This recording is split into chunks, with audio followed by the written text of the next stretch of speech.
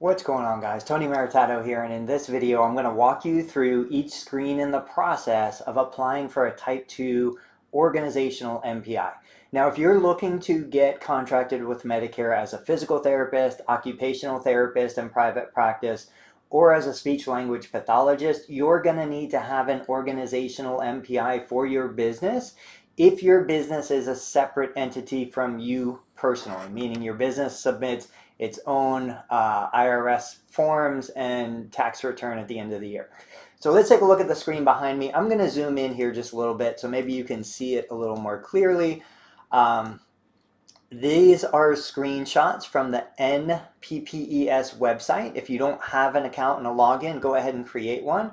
But basically what's going to happen is you're going to get to the website and you're going to see the button on the far right.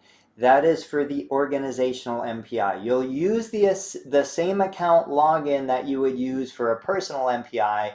You'll use it for your business NPI as well. Once you go there, you're going to get this little pop-up window. It's going to ask if you're an employee of the provider. Since this is your business, you're functioning as an employee for your business, go ahead and check that first radio button.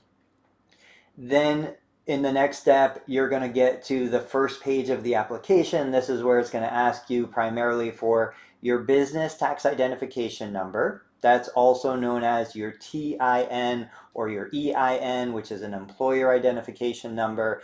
You should have received a letter from the IRS, the CP 575, that has all of the tax identification information on that letter. You're going to need that letter when you submit your Medicare enrollment anyway, so go ahead and keep it handy. But make sure that your business name, so you have your tax ID on the left, then to the right you're going to enter your business name. Use all capitals and match your IRS letter exactly. If your IRS letter says, in my case it says Total Therapy Solutions LLC, go ahead and make it match, have the LLC on the end. If I actually have an LLC, but my IRS letter only says Total Therapy Solutions, no LLC, then match that. Whatever the letter says, that's what you want to match. Now, if you have a comma in your name, Total Therapy Solutions, comma, LLC, don't worry about the comma. The comma is not going to make a difference. Typically, the comma does not show up on the IRS letter. Do not include it in this enrollment or your Medicare application, but just make sure that your name matches, whether it's a PC, LLC, PLLC, whatever's on your IRS letter, that's what needs to show up here.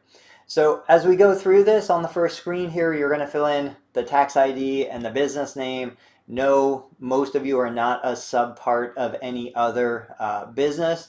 And that's it. You're going to scroll down to the bottom and you're going to go to the next page. Now it's going to ask you about adding a business mailing address. You're going to have an option as we look at these screens to do the business mailing address and a practice location. Those of you who are mobile therapists, you don't have a physical location, you're not treating patients anywhere except the patient's home, you have the option here to check a box that indicates that this is your home address. So you're using your home address as your practice location. For this enrollment, nobody's going to come to your house. There's no site inspection. We'll talk about that when we do the Medicare application.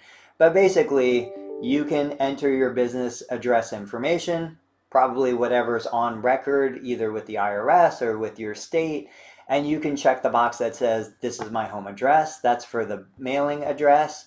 And then on the next screen, the practice location, same thing. You can check the box for same as mailing address, and you can check this is my home. If you have a brick and mortar clinic, then obviously you would use that as your practice location address. In the next screen, this is usually where people get hung up. It's asking about the endpoint, but if you notice, it says optional read only. You can skip that. You can scroll down to the bottom and click next. Don't click anything else, just scroll down to the bottom and click next. And then same thing for other identifiers. Scroll to the bottom and click next. You don't have to worry about putting in multiple provider numbers. If you don't have them, that's fine. If you want to put them in, it's optional. I try to keep this application as clean and simple as possible. So step number 7, taxonomy. This is where you're going to choose, and I provided you with the 3 most common taxonomy codes. One thing that hangs providers up is this question here in the middle. It's asking about a multi-specialty, single specialty. Depending on what radio button you choose, when you start to fill in the search box below, and then you go over to the right of the screen and click on the drop down, it's going to have limited options. So choose single specialty. Even if you plan on adding more specialties, you can do multiple specialties down the road. Let's just get this application submitted. So if I'm a physical therapist going into private practice, I'm going to choose single specialty. I'm going to type in physical therapist. I'm going to get it from the drop down on the right and go ahead and apply that. And then once we apply that, we're going to go to the next screen. And let's see where we are. So number 8 is contact information. Probably going to be the same as your mailing address and your practice location, but you would go ahead and fill that information out. You can indicate whether this is for an authorized official or for yourself. Typically it's going to be yourself. You're going to indicate the information down below, hit save, and then go to the next screen. And then finally, the final review. All of these green circles should be checkboxed or checkmarked. You're going to go to number 10, where you're going to check the box down below that says, you know, that you certify the information is accurate. You're going to click the submit button, and that's it. Literally, like, before you know it, if you get out of this screen, it will go ahead and submit and process the application. Usually within a day, sometimes within an hour, you're going to get your official NPI. You can always come back and reference to check that everything is accurate. You can make changes and updates and all the stuff that you need. But at the end of the day, it really is this simple. So guys, remember, you need the Type 2 NPI before you submit your Medicare application. You need a Type 1 NPI for you individually as a provider. And then when you go ahead and submit your Medicare application, I've got a course for that, I'll link down below. But you will be, if you're a sole owner of the business, don't get confused with sole proprietor, billing under yourself and your social security number. If you're a sole owner of your business, it's one application to get both your personal and your business PTAN issued together.